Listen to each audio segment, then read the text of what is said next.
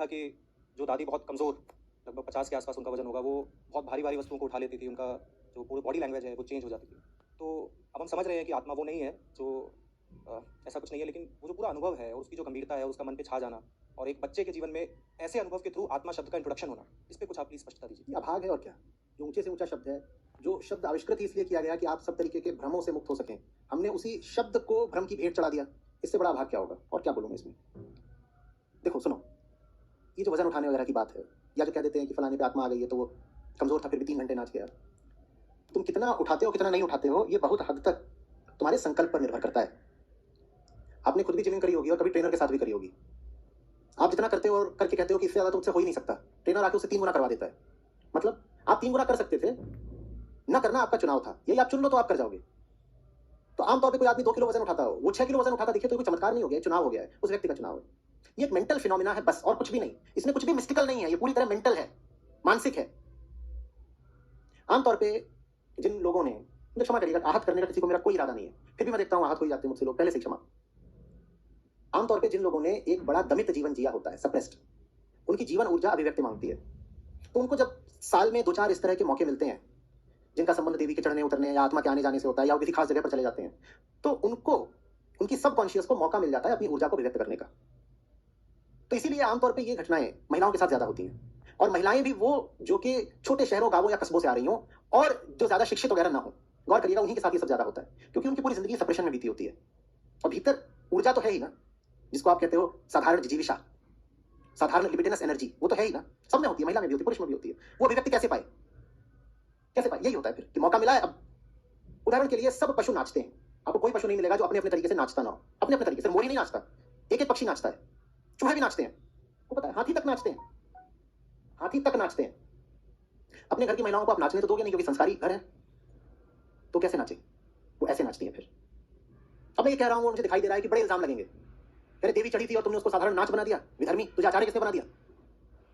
ठीक है, तुम्हें जो कहना है कह लो, पर मेरी निष्ठा सच्चाई के प्रति है, समाज के प्रति नहीं। तो उसको नाचना है, वो बेचारी कैसे नाचे? इतना ही नहीं, तुमने उसको घर में कभी सम्मान नहीं दिया, लेकिन जिस क्षण उसमें आत्मा उतर जाती है उसको बहुत सम्मान मिलने लगता है। वो सम्मान कैसे पाए? एक ही तरीका है, क्या? आत्मा उतरेगी, सब मेरी इज्जत करेंगे। उसे कोई गंभीरता से नहीं लेता था, घर की बूढ़ी दादी को कौन लेगा गंभीरता से? चल फिर नहीं सकती, पीठ दोहरी हो गई, कुबड़ निकल आया है, कोई पूछता नहीं, पढ़ी लिखी नहीं है, पैसा नहीं उसके पास, दादाजी दिवंगत है, कौन पूछता है ऐसी दादी को? लेकिन जिस दिन उसमें दादाजी उतर आते हैं उसकी बड़ी पूछ हो जाती है। और सम्मान तो अहंकार को चाहिए ही, सम्मान का इससे अतिरिक्त और कोई तरीका हो तो बता दो, उसको बड़ा सम्मान मिल जाता है उस दिन। यही कारण है कि जिन जगहों पर तथाकथित निचली जातियों का बहुत शोषण हुआ, वहां पर आप एक बड़ी खास परंपरा पाते हैं। वहां पर देवी देवता या दैव इत्यादि उतरते हैं, और जानते हैं आमतौर पर किस पर उतरते हैं? इन्हीं तथाकथित निचली जातियों और जनजातियों पर उतरते हैं। ब्राह्मणों पर नहीं उतरते कभी। ब्राह्मणों क्षत्रियों पर ये सब नहीं उतरते, भूत प्रेत देवी देवता दैव ये सब नहीं उतरते उन पर। किन पर उतरते हैं? जो शोषित जातियां होती हैं उन पर उतरते हैं। और जिस दिन उन पर उतरते हैं उस दिन के लिए उनको सम्मान मिल जाता है।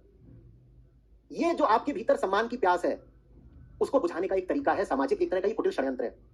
किसी को तुम बिल्कुल सम्मान नहीं दोगे तो वो विद्रोह कर देगा, विद्रोह कर देगा तो क्रांति हो जाएगी। भारत में कभी कोई क्रांति नहीं हुई, क्योंकि भारत के पास क्रांति को पहले ही डिफ्यूज कर देने के बड़े तरीके रहे हैं। ये उन तरीकों में से एक है। महिला को बिल्कुल ही नहीं नाचने दोगे तो क्रांति कर देगी।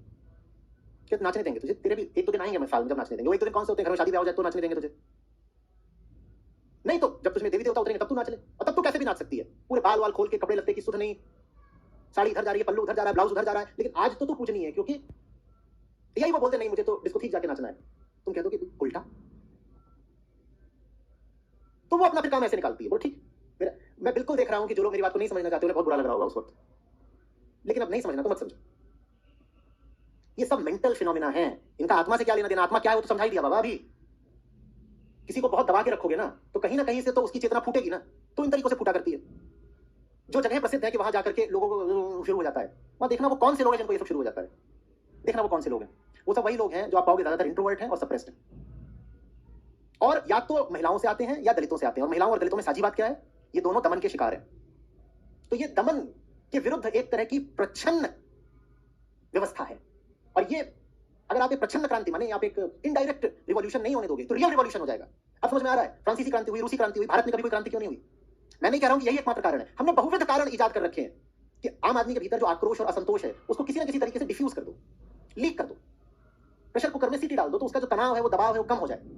अगर हम उस दबाव को बढ़ने देते तो क्रांति हो, विस्फोट हो गया होता, और जितनी हमारी व्यर्थताएं हैं संस्कृति के नाम पे, हम अब तक उनसे मुक्त हो गए होते।